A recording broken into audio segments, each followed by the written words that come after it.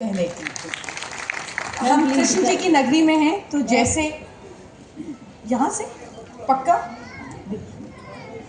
ये क्या अतिथि स्वागत हुआ कि मुझे यहीं से बात करनी है और वहाँ तक देखने के लिए मुझे 60-65 डिग्री के एंगल से देखना पड़ेगा। पर राधे राधे, शुरुआत करते हैं।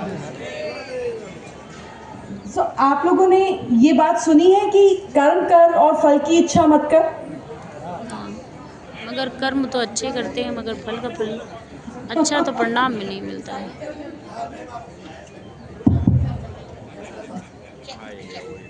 आप लोगों ने ये सुना है कि कर्म कर और फल की इच्छा मत कर। पर हम ये भी जानते हैं कि कर्म हमारे सामने जरूर आते हैं, ये भी मानते हैं।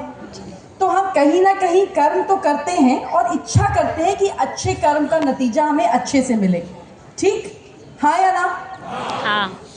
अब आपने एक और चीज सुनी होगी कि जब हम किसी की सेवा करें तो हम किस तरीके से कर सकते हैं? तन से और धन से।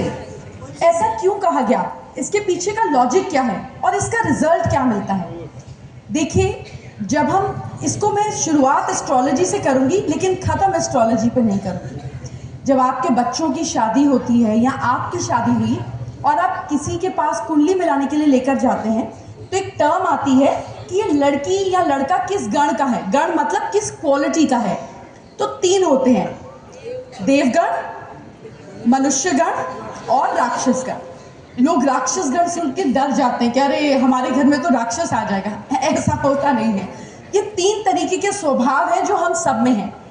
हम देवताओं को देवता क्यों बोलते हैं? क्योंकि जो देवे वो देव, यानी कि जो आपको दे और आपसे कुछ उम्मीद ना रखे। इसीलिए हम पेड़ों की पूजा करते हैं, नदियों को देवी मानते हैं, धरती को देवी मानते हैं, क्योंकि वो देती हैं, हमसे कुछ मांगती नहीं है।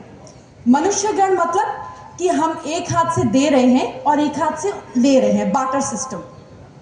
और राक्षसगण मतलब कि मुझे आपसे खोसना है, मैं क्या दूं या ना दूं मेरी मर्जी। तो आप जब सेवा करते हैं तो आप देवगण का काम करते हैं। आप देते हैं और उम्मीद नहीं रखते हैं, क्योंकि आप किसी को बोलते नहीं है थैंक यू बोलो, मेरी फोटो अपने घर में लगाओ, मेरे फूल भेजो। आप ऐसा कुछ नहीं करते हैं। तो ये आप देवगण का काम करते हैं।